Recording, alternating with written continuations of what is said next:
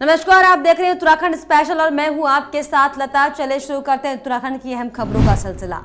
पिथौरागढ़ में youth Congress committee आगामी विधानसभा चुनाव की तैयारियों में जुट गई है। यूथ कांग्रेस के जिलाध्यक्ष ऋषेंद्र मेहर और प्रदेश सचिव करण सिंह जिले के सभी ब्लॉक मुख्यालयों में जाकर यूथ कांग्रेस कार्यकर्ताओं के साथ मंथन कर रहे हैं। पिथौरागढ़ जिला भ्रमण के दौरान जिलाध्यक्ष ने मेरीनाग ब्लॉक में विधानसभा अध्यक्ष के नेतृत्व में बैठक भी की, जिसमें नवनियुक्त पदाधिकारियों का माल्यार्पण कर स्वागत किया गया और संगठन की मजबूती एवं बूथ स्तर पर काम की चर्चा की गई। यूथ कांग्रेस जिलाध्यक्ष ने 2022 के चुनाव के लिए हर बूथ को मजबूत करने और 2022 के लिए अभी से कमर कसने को कहा है।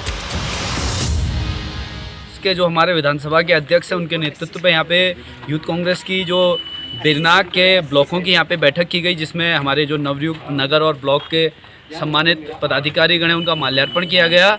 और आज जो हमारा मुख्य उद्देश्य ये है कि जो सरकार इस प्रदेश में काबिज है, इस देश में काबिज है, जिन्होंने डबल इंजन की बात की थी, लेकिन आज भी युवा बेरोजगारी के दलदल में धंसता जा रहा है, किसान रोड पे है, जवान सरहद पे मर रहा है। और उत्तराखंड की जो विकास के रथ को 2012 से 2017 तक कांग्रेस शासनकाल में चलाया गया था, उन तमाम कामों को रोक दिया गया है।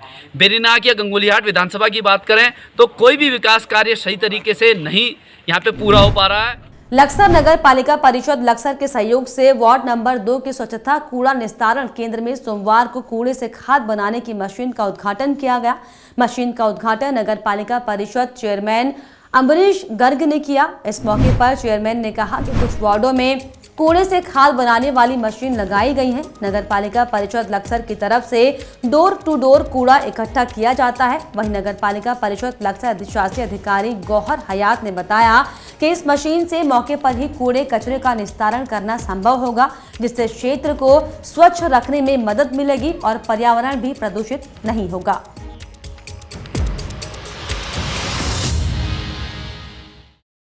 कूड़ा निस्तारण प्लांट का पर्पज ये है कि जो हमारा वेस्ट कूड़ा है घरों का, उसका निस्तारण अलग अलग से करना है। जैसे गीला कूड़ा से सूखा कूड़ा है, उसको अलग अगर हम करते हैं तो उसमें हमें अर्निंग हो जाएगी, ताकि सूखा कूड़ा का वेस्ट वो अलग यूज हो जाएगा, गीले कूड़े का वेस्ट वो अलग यूज हो जाएगा। अगर हम इकट्ठा कर देते हैं तो उसका कोई यूज नहीं होता और उसमें बदबू या गंध होती है। अलग अलग होता है तो वो सही जिसकी जहाँ यूजेबल आइटम है तो उसमें सम्मिलित हो जाएगा और उससे वो नई चीज़ में वो परिवर्तित हो जाएगा। इसलिए सूखा कूड़े का उससे अर्निंग ज़्यादा होगी। गीला कूड़ा हाथ के हाथ इस्तेमाल हो जाएगा। गीला कूड़ा मतलब जैसे घरों में सब्जी के वो क्या नाम छिलक हैं या फल की छिलक, वो किसी पशु आहार में पशु को दे सकते हैं, पशु आहार में सम्मिलित हो जा करके वो यूजेबल हो जाएगा। कूड़ा का निस्तारण प्लांट है। कूड़ा जो जीरो वेस्टेज में ले जाने की योजना, जो भी कूड़ा आएगा उसको हम अर्निंग करेंगे। प्लास्टिक अलग, प्लास्टिक गत्ता, ये जो भी मटेरियल है ऐसा वो बिकेगा और जो शेष बचेगा उसका हम खाद बनाएंगे। वहीं रुड़की में तय समय पर पत्रकार वार्ता में उपस्थित न होने पर रुड़की के सभी पत्रकारों ने योजना आयोग के उपाध्यक्ष विनय रोहिल्ला की पत्रकार वार्ता का बहिष्कार किया। दरअसल विनय रोहिल्ला कृषि बिल के पक्ष में पत्रकार वार्ता को संबोधित करने वाले थे, लेकिन समय पर नहीं पहुंचने पर पत्रकारों ने नाराजगी जताई। करीब आधा घंटा से ज्यादा इंतजार करने के बाद भी जब रोहिल्ला सभागार में नहीं पहुंचे तो पत्रकारों ने सामूहिक रूप से फैसला करते हुए पत्रकार वार्ता का बहिष्कार कर दिया और होटल से वापस लौट आए। आज रुड़की के एक निजी होटल में भारतीय जनता पार्टी की प्रेस वार्ता का आयोजन किया गया था, जिसमें 12 बजे का समय पहले दिया गया था, जिसमें सभी पत्रकार साथी वहां पर समय पर पहुंच गए थे। लेकिन उसके बावजूद तकरीबन 1 बजे तक भी वहां पर नीचे जो जिन्होंने प्रेस आयोजित की गई थी, कोई भी वहां पर जो जिम्मेदार लोग थे नहीं पहुंच पाए, जिसके बाद सभी पत्रकार साथियों ने उस प्रेस वार्ता का बहिष्कार कर दिया है। और बहिष्कार करने के बाद सभी वहां से आ गए हैं। हालांकि उसके बाद जो पदाधिकारी थे या भाजपा के जो लोग थे, उन्होंने पत्रकारों को मनाने का भी कोशिश की है, लेकिन पत्रकारों को इस तरह से जो अपमान हुआ, इस अपमान को सहन नहीं किया जाएगा, जिसको लेकर रुड़की प्रेस क्लब ने इस पत्रकार का वार्ता का पूर्णतः बहिष्कार किया है। उपक्रम क्रियान्वयन समिति जो है, इसके उपाध्यक्ष बने हैं राज्य मंत्री विनय रोहिल्ला जी। हम पत्रकार के नाते रुड़की के पत्रकार उनका आदर करते हैं, क्योंकि कहीं ना कहीं वो रुड़की से ही जुड़े हुए हैं।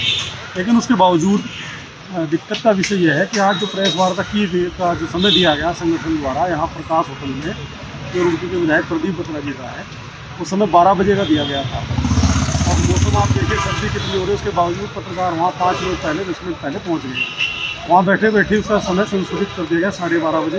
ये भी चलो चल सकता था। उसके बाद दिक्कत ये आई है कि जो माननीय मंत्री जी थे वो आए और नीचे बैठे और कुछ देर वो हॉल में रुके और ऊपर जाकर एक कब से बैठ गए। उन्हें पत्रकारों ने देख भी लिया, तो कम से कम वो आ गए थे तो उन्हें पत्रकारों के बीच ही बैठ जाना था। खटीमा में आज सुबह से ही सड़कों पर कोहरा का कहर दिखाई दे रहा है, जिसके चलते शहर में विजिबिलिटी भी काफी कम हो गई है और सड़कों पर वाहन रेंगते हुए नजर आ रहे हैं। और हाल ये है कि अब कोहरे के चलते दिन में भी वाहन लाइट जलाकर चलना पड़ रहा है, जिससे सड़क दुर्घटना होने की संभावनाएं अब बढ़ गई हैं। वहीं बढ़ते कोहरे के प्रकोप को लेकर ट्रक चालकों का ये कहना है कि कोहरे के कारण सड़कें धुंध की वजह से कुछ भी दिखाई नहीं पड़ रहा और गाड़ियां चलाने में दिक्कतें आ रही हैं। साथ ही साथ दुर्घटना का खतरा भी अब बढ़ने लगा है।